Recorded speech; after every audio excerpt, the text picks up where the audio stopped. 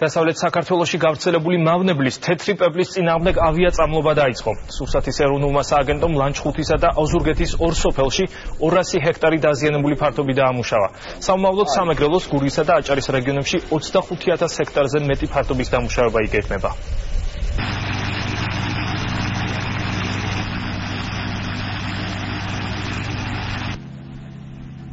მიმდინარე წელს სურსათის ეროვნული სააგენტო გეგმავს ფართომასშტაბიან ღონისძიება, სადაც გამოყენებული იქნება როგორც ავიაცია, ასევე სამოქანდო აგრეგატები. სულ მთლიანად 45,000 ჰექტარი არის იქნება დამუშავებული მიმდინარე წელს. პირველ ეტაპზე დამუშავდა 20,000 ჰექტარი, 25,000 ჰექტარი დამუშავდება მეორე ეტაპზე. აბუჯა, ხეხილი, თხილი, ყველაფერი გაფუჭებული იყო. იგი შედეგიანი იქნება, რა თქმა უნდა, რომ მოადგება სოფელს და ხალხს, რომ არ მოისმოს ის შემოსავალი წყარო, რაც გაგვაჩნია სოფელში და ძალიან იმედიანი და ძალიან კარგი იქნება.